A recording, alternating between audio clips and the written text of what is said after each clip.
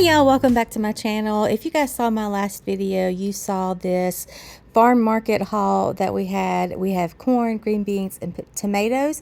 And in today's video, I'm going to be processing all of that. We're going to be freezing the corn, we're going to can green beans, and I have tomatoes that I'm going to use in a couple of different ways. So thanks for being here. Let's go ahead and get started in today's video.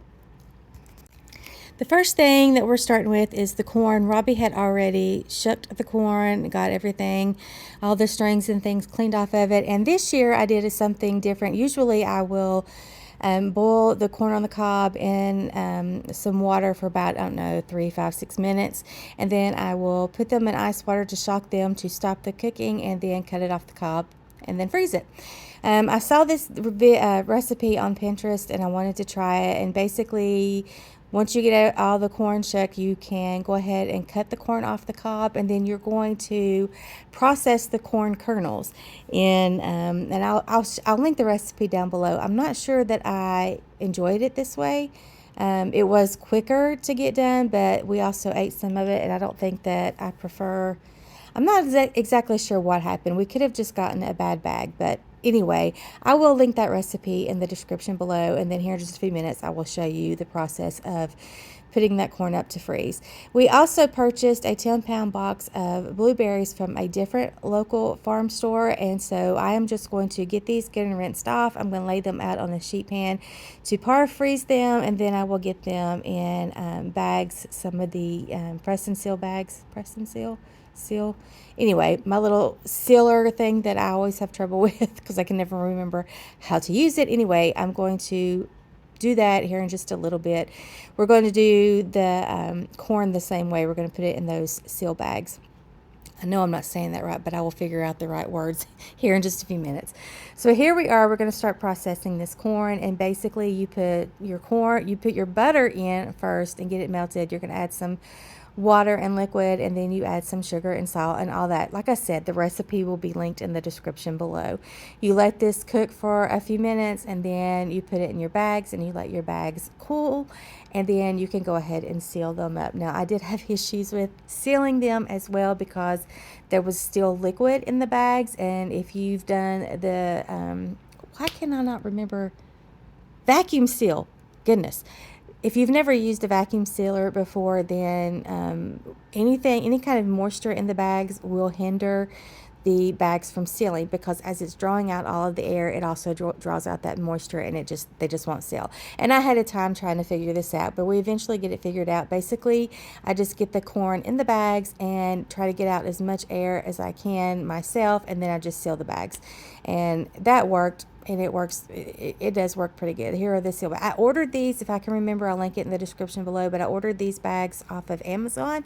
They come in 3 different sizes, and so yeah, I'll link those in the description below if you're interested in those. But I'm just going to continue on with this process, getting the corn in the bags, and once they cool, I will go ahead and get those in sealed, and then we will also do the same thing with the blueberries.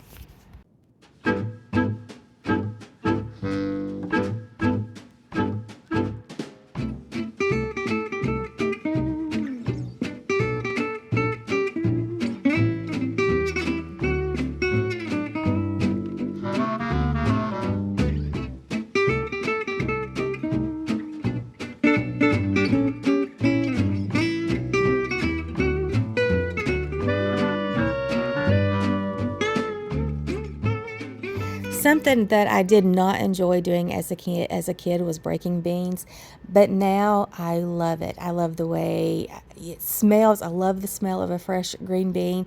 I thoroughly enjoy this process, and you could bring me 10 bushels and I would work my fingers to the bone to do it. It's just a process that I enjoyed. And so we got these. This is we picked up 5 pounds of these half runners, and I'm going to process them. Super easy. I broke the beans, got the strings and stuff off of them. I soaked them in some vinegar water for just a little bit, and now I've rinsed them really well, and I'm just going to put them in my jars. You can add salt to it if you want to. It's up to you, or you can salt it, when you open the can to cook them. But I go ahead and add salt now, and then I'm going to fill it with some filtered water, and then I'm doing everything cold. I'm filling the jars with cold water, and they will start in a cold canner. And then once you get your jars filled, you want to put your water in, debubble, wipe the rims, put your lids and your rings on. I'm using pint-sized jars, so these will process in a food pressure canner for 20 minutes. That is the time. It's a 11 pound pressures. 10 to 11 pounds of pressure is what I use in my area. You need to make sure that you know what your area's PSI is and follow those directions. But like I said, I'm going to get these in the food processor. Oh my goodness, I'm struggling with words today. My pressure canner, and we'll process them for 20 minutes.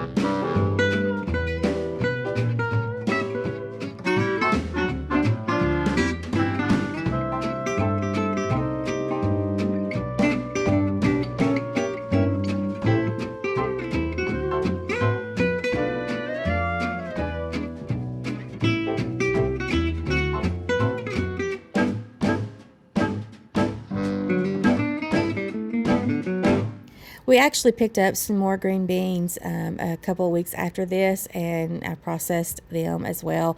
I didn't need them. I just enjoy doing them, and who knows, I will probably get more. Next, we're moving on to some pickles. All of these cucumbers come from either my garden or my father-in-law's garden. My sister-in-law wanted some bread and butter pickles, and then I'm also going to do some dill pickles for my niece. I started out trying to slice these with this little chopper thing that I have, using a different kind of blade thing in it. I just didn't like how that was working, so I just went back and did them all by hand. Now, both of these recipes I will link in the description below, but you basically have to soak your pickles. For the bread and butter, I'm going to add some onion to it, and then I was supposed to add garlic, but I forgot to do the garlic, and I add the garlic to the brine here in just a little bit. But I'm going to cover, once I get the onions and the pickles in the bowl, I'm going to cover it with some ice, fill it up with water, and then you want to let those sit for about 3 hours. The dill pickles, they only need to sit for an hour, and you do put your salt in both of these bowls with the dills and the bread and butter. And again, I will link the recipe in the description below. When we wake, hear the birds and see the sun. Side by side our fears are done. Oh, the good times just begun.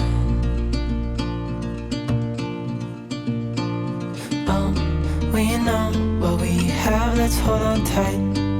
Found what we're looking for in life. Call us crazy, but things are finally right.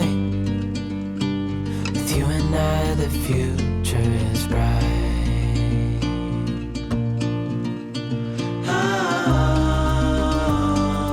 You and I, we got it. We don't need no more. Even in the hard times, you and I can weather any storm. Before I sleep, hear the crickets, see the moon. I don't really care for bread and butter pickles, but I do love making them. I love the process. It's just a fun thing for me to do. Anytime I'm canning, I'm having fun. I'm in my element. I just absolutely love to can. And so right now I'm getting some vinegar and some water and some canning salt into this bowl. And the recipe says to heat it up on the stove. I just did this part in the microwave. It's simple and easy, and it's just what I did. And so I'm heating that up in the microwave, and then I'm going to use half pint jars, and I'm going to put the minced garlic. I'm using some dried dill from my garden, and then I'm going to put the cucumbers in here, and I'm going to press them in best I can. Here I'm adding some, what is that? It's called pickle crisp, I think is what it is. Helps keep the pickles crispy. So that's optional. You can do it or you don't have to do it. So I'm getting all of my jars filled up with the spices and the flavoring and stuff, and then I'm going to fill, I have 4 jars here, 4 8-ounce jars. I'm going to fill those with the pickles, get them covered with the brine that I am heating up in the microwave, and then you're going to, again, debubble, wipe the rims, put your lids and rings on. Then I will process these in a water bath canner for 10 minutes. The bread and butter pickles will process for the same amount of time, and so I'm going to wait until I get all the pickles done and process them all together at once in the canner. No limit to what we can do. Oh, we know what we have, let's hold on tight. Found what we're looking for in life. Call us crazy, but things are finally right. With you and I, the future is bright. Oh, you and I, we got it. Oh, we don't need no more. Even in the hard times. So while my bread and butter pickles were still soaking, they still had a couple hours to go, I wanted to go ahead and get the corn and the blueberries bagged up and in the freezer. As you can see, I'm struggling with it. I always struggle with this thing from year to year. I either can't remember how to use it, which is most of the time, and then I forget about the whole moisture thing, and you know, it is what it is. But we eventually get these sealed up. I have to manually try to get as much air out as I can, and then just do the seal button, not the vacuum seal. You can do both. And then with the blueberries, I do get those vacuum sealed and into the freezer. And honestly, I love, whether I'm canning or putting food in the freezer, this is just something I thoroughly enjoy doing. My garden is a small garden. I don't always get a lot of produce from it. We do a lot of fresh eating with my garden, but I don't always have a lot that I can put back and put up for the winter months.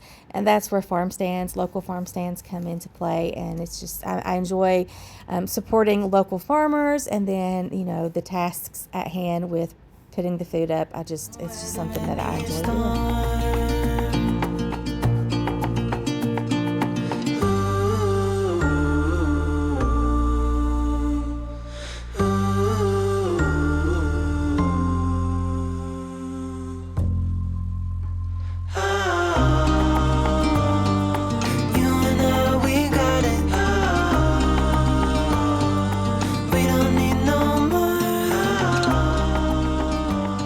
Now we are moving back to pickles. I am working on the brine for my bread and butter pickles.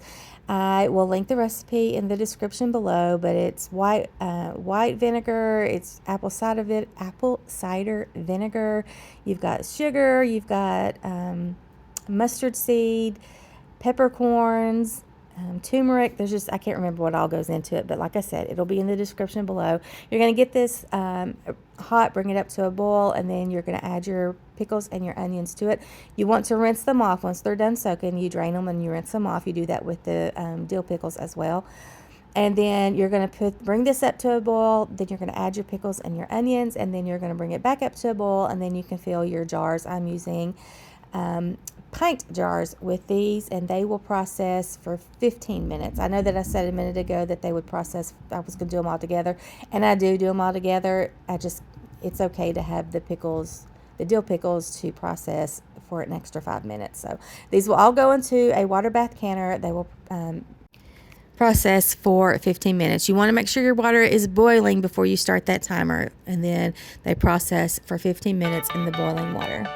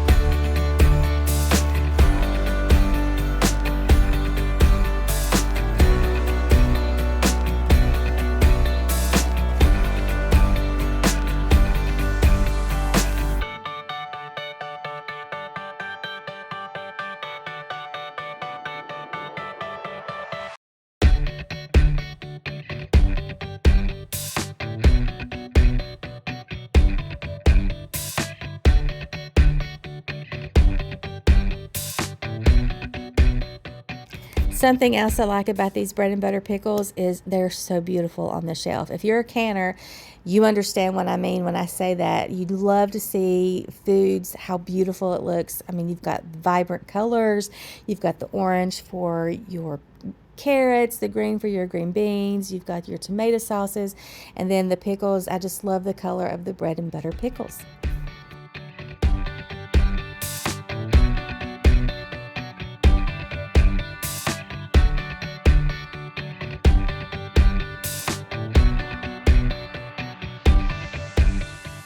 Now we are starting on the main event in my book. It's the tomatoes. We bought 2 boxes. I don't even know. It was a bunch. 2 of these boxes right here we bought of the Roma tomatoes. I'm going to do a very simple and easy process.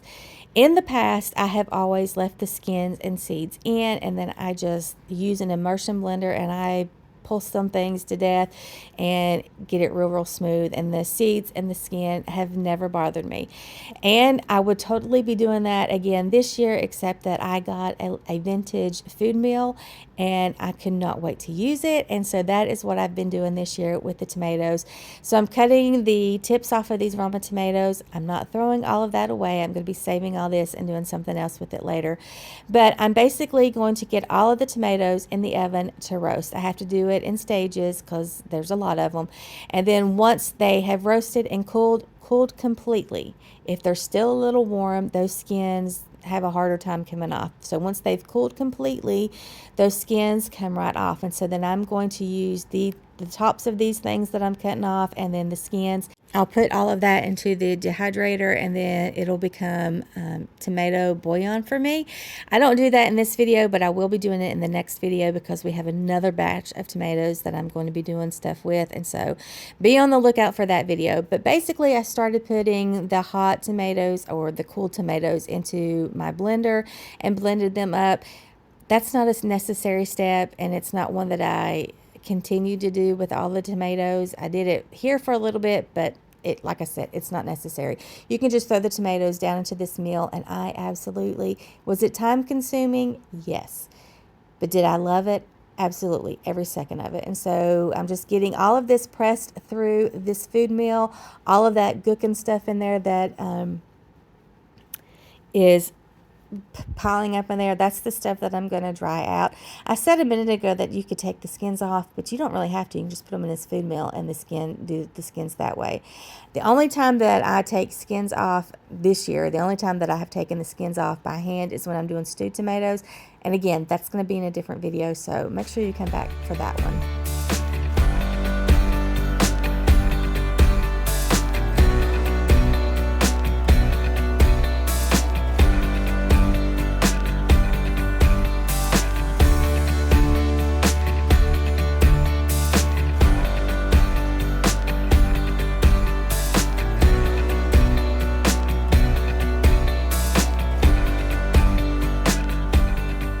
So with this first batch, I'm making tomato juice. I'm just going to add my lemon juice to all of my jars. I'm doing quart jars, and then I'm going to fill the jars. I'm bringing this tomato juice to a boil, and I'll boil it for 5 minutes and then turn it off and fill the jars. So I'm going to go ahead and get that done. I have to make sure that you wipe your rims really well and before you put your lids and your rings on. Since I am doing quart jars, these are going to go in the pressure canner for 40 minutes. If I was doing pint jars, it would be 35 minutes.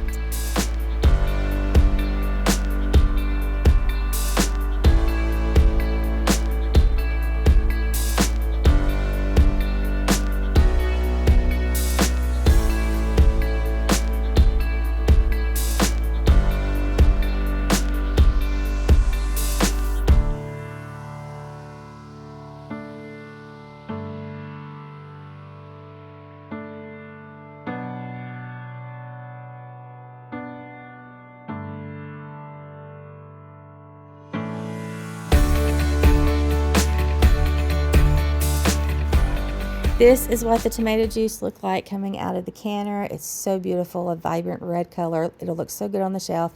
And then I'm also bringing out I had the pressure canner going on one side and the water bath canner on the other side. And so I'm also bringing out the pickles that we processed in the water bath canner.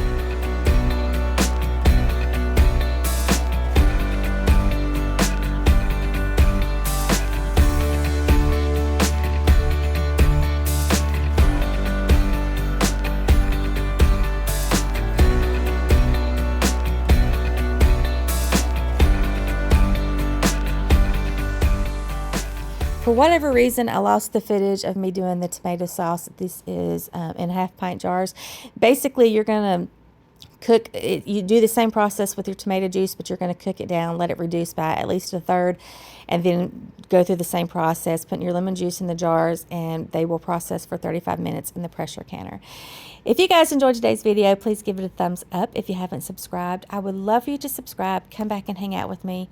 Until next time, I will see y'all later. Bye.